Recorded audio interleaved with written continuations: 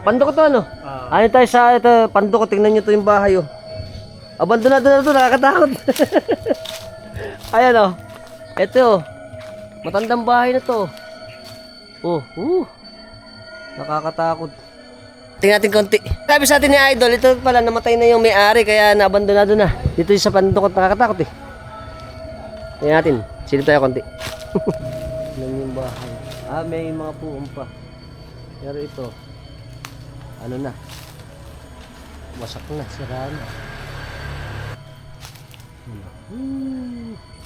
Hello. Ito ilalim mo. Dilim. Ano? Wow. Tapos ito yung pinaka-harapan. Ito yung hagdan. Rusted na pa na to.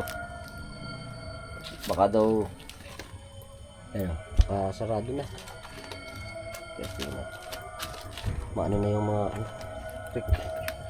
ito yung likod. Parang malaking bahay to.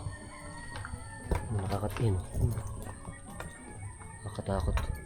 Yun naman. Tapos masukal na. Tapos maano na yun. Ano na rin? Ay! Malag. Ito yung loob oh. Nakakatakot.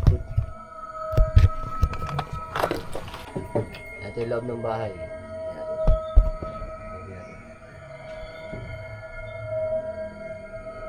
Ayan. Spooky! Tara na nga. Tatakot na ako eh. Next time na.